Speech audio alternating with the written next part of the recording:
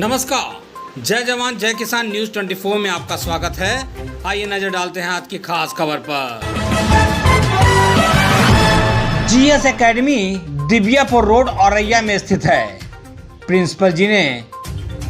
वहां के प्रिंसिपल जी ने कहा कि मैं कई सालों से शिक्षा के क्षेत्र में जुड़ा हुआ हूं।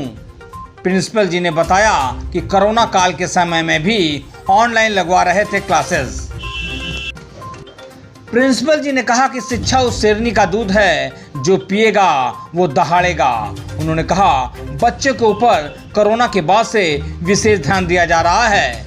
प्रिंसिपल जी ने कहा कि अपने जीवन में सिर्फ शिक्षा को आगे बढ़ाने के लिए हमने ये कदम उठाया है। उन्होंने कहा कि कोरोना के बाद से स्कूल में लगवा रहे हैं एक्स्ट्रा क्लासेस। देखिए औरैया से संपादक कुमार गौरव और शिवा मिश्रा की ये खास रिपोर्ट।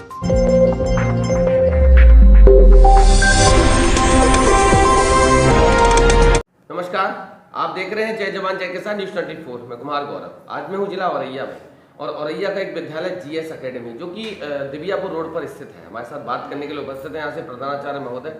बात करने का और जानने का प्रयास करूंगा क्योंकि पिछले 2 साल से कोरोना का समय था, कोविड का टाइम रहा। पूरे 2 साल में कौन कौन से चैलेंजेस फेस करे, किस तरीके का एजुकेशन का क्या गैप रहा, संस्था ने कौन कौन से चैलेंजेस फेस करे, बच्चों में क्या क्या चेंजेस आए हैं, इन्हीं सारे मुद्दों पे बात करने के लिए उपस्थित है हमारे साथ प्रधानाचार्य महोदय। बात करता हूँ सर। सबसे पहले तो आपका स्वागत है हमारे चैनल में। आपका भी स्वागत है। सर, कोविड का टाइम आपने देखा जिस तरीके से हिंदुस्तान के साथ साथ कई अन्य देश इस महामारी की चपेट में आए, किस तरीके से संस्था ने कौन कौन से चैलेंजेस फेस किए? चैलेंज के अकॉर्डिंग सबसे पहले तो स्टूडेंट्स में मोरल एंड एजुकेशन सबसे ज़्यादा जो इफेक्ट हुआ है एंड अदर थिंग जिसमें बच्चों का सबसे ज़्यादा डिसिप्लिन, वर्किंग बिहेवियर एंड जो बच्चों का डेली रूटीन होता है, wake up and on all things that's will be very effective during the Covid time. But after the COVID time, I will try my best in the education level in academy. That will be very effective.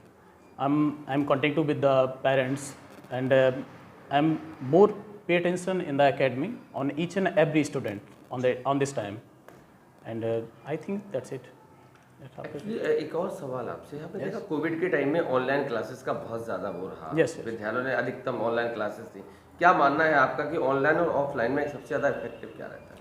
Offline is very effective because of most of the activity we see in the class that can I change in that time. But online classes that will be I think less effective than class because of in the home. तो इसके क्या हुआ कि classes में जो हम देख सकते हैं कि क्लासेस में बच्चा के बिहेवियर क्या है, वो बैठता कैसे है, क्लास के बाहर कैसे चलता है, अपने साथ के जो स्टूडेंट्स हैं उनके साथ किस तरीके से वो बिहेव करता है, उनके साथ बोलने का जो तरीका होता है, चलने का, इस तरीके के हम देख सकते हैं। लेकिन ऑनलाइन क्लास में क्या होता है कि सिर्फ हमने अटेंडेंस ली, बच्चे को हमने कोर्स उसका करवा दिया, बट उसने किया या नहीं किया, उसने लिमिटेड हमें सिर्फ यस और नो में प्रेजेंट ही दी है। बट हम उसको हम कम से कम उसको हम जज कर पाएंगे उसकी नॉलेज के अकॉर्डिंग। क्लास उसकी इम्प्रूव होती रही है कंटिन्यूसली। अब क्लास के अकॉर्डिंग और उसके घर के अकॉर्डिंग हम उतना ज़्यादा उस पर ध्यान नहीं दे सकते हैं। कहीं ना कहीं मोबाइल का मिसयूज भी बहुत ज़्यादा हुआ है। That's it. मोबाइल का भी मिसयूज बहुत ज़्यादा हुआ है क्योंकि पेरेंट्स ने मोबाइल दे दिया बच्चे को स्टडी के लिए। अब पेरेंट्स स्टडी के लिए मोबाइल देने के बाद पेरेंट्स रूम से आउट हो जाते हैं मोस्टली। तो बच्चे उसके बाद क्लास को, कुछ बच्चे ऐसे होते हैं जो म्यूट कर देते हैं। उसके बाद में अपना जो डेली उनका एक्टिविटी होता है फन वर्क, जैसे कि कुछ मोबाइल में गेमिंग के लिए वो ले लेते हैं, कुछ अपने कार्टून्स चैनल्स एंड कुछ वीडियो मनोरंजन के लिए देखते रहते हैं। इस तरीके के भी मिसयूज़ मोबाइल के आए सामने। तो ऐसी भी अभी भी इस तरीके की, क्योंकि बच्चों की हैबिट में आ गया है कुछ बच्चों की जो मोबाइल का बहुत ज़्यादा यूज़ करने लगे हैं। अब वो स्टडी को कम करते हैं लेकिन अपने फ़न के लिए ज़्यादा यूज़ करते हैं, इंटरटेनमेंट के लिए। तो क्या मानना है आपका कि एजुकेशन का जो मिसयूज, मोबाइल का मिसयूज हुआ, उससे एजुकेशन जो गैप हुआ है उसको संस्था किस तरीके से रिकवर करेगी?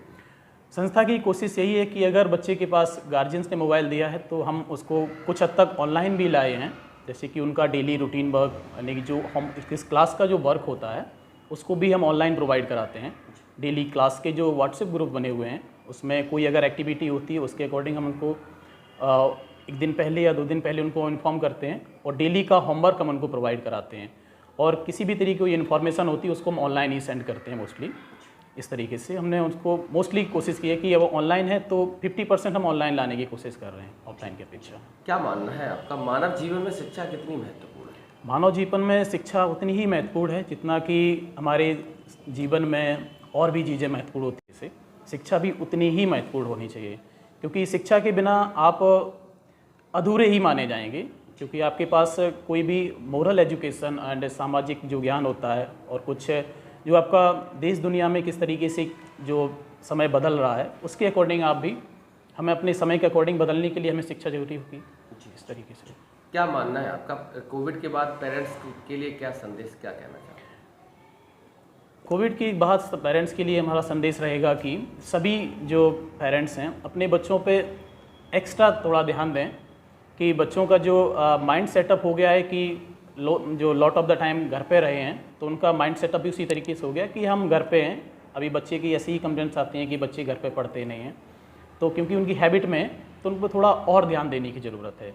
विद्यालय पूरी तरीके से कोशिश कर रहा है बच्चों को एक्स्ट्रा ध्यान दें, लेकिन पेरेंट्स को भी इसमें सहभागी होना पड़ेगा।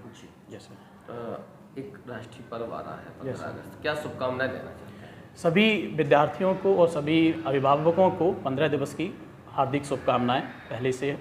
एंड उसके लिए हमने अभी जो न्यू ईयर जैसे जिस तरीके से इंडिपेंडेंस डे की हम प्रिपरेशन करते हैं सेम एज बिफोर कोविड जिस तरीके से होता था उस तरीके से हम पूरी कोशिश करते हैं उसका।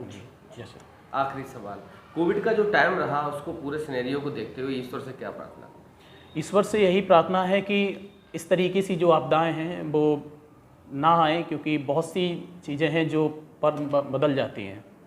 इस तरीके से बस ईश्वर से यही प्रार्थना है कि ऐसी दोबारा से समस्याएं ना हो यस हमारे देश पर, और भी जो कोई भी ऐसी समस्याएं ना हो। बहुत बहुत धन्यवाद सर बात करने के लिए। हमारे साथ है जीएस एकेडमी के प्रधानाचार्य महोदय, बहुत बारीकी से बताया कि कोविड के समय कौन कौन सी परेशानियों का सामना किया। हमें आशा है, उम्मीद है कि जिस तरीके से एजुकेशन का कुछ जो गैप हुआ है उसको संस्था बहुत आसानी से रिकवर करेगी। पूरा मैनेजमेंट, पूरी संस्था अपना 100% योगदान देगी। न्यूज़ 24 की तरफ से प्रधानाचार्य जी को, विद्यालय मैनेजमेंट को आने वाले राष्ट्रीय पर्व 15 अगस्त की बहुत बहुत बधाई, बहुत बहुत शुभकामनाएं। धन्यवाद।